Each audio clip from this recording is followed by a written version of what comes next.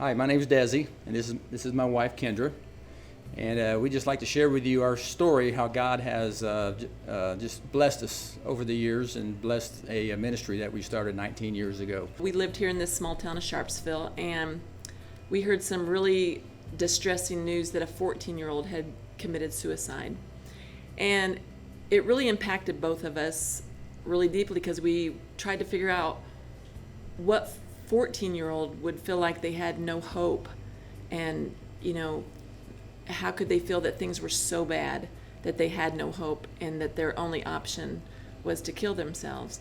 And I think that was our motivating factor to start Team Blast, because we wanted a place where kids in the community could come and feel loved and accepted, and if they had a problem they wanted to talk about, they could make friends and feel like they had somewhere or somebody to go to. I think one of the main reasons why Team Blast is successful, of course, number one is God. God has put His hand, the blessing upon this ministry, and it is relevant. I mean, you can see it that God has blessed through the kids' lives and stuff. But number two, also, there's several reasons, but one of them also is that we meet not only the social needs of the kids, but the spiritual needs also. We're able to, if they need love, we love them unconditionally.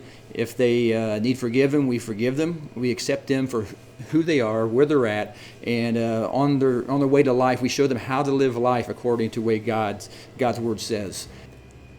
I substitute teach, and I met a young man when I was teaching one time and invited him to come to Team Blast, and he goes, "Oh, you're that religious lady, right?"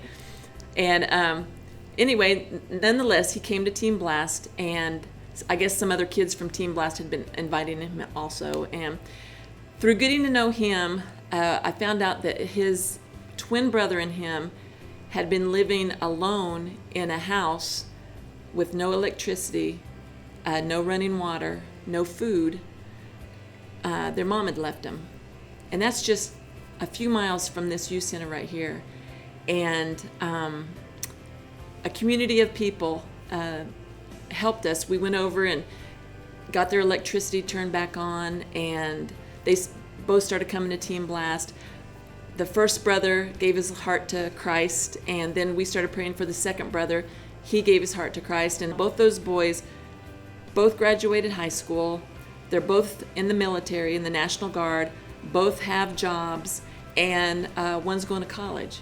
So, it's just very, very cool to see God bring somebody from a place like that to how they are right now. But one thing that we didn't know until about probably 2 years later, the first boy, he shared his testimony, and he said that the day he came to Team Blast, he had planned on killing himself that day, that he was tired of the bullying, he was tired of having no money and always being made fun of, living like that in a house that was totally infested with rodents and no electricity and no running water. They actually had to walk down to the creek to bathe and to get water to flush the toilet. But he gave his testimony. He said that day he had planned on committing suicide. He had already written letters to his brother and his mom.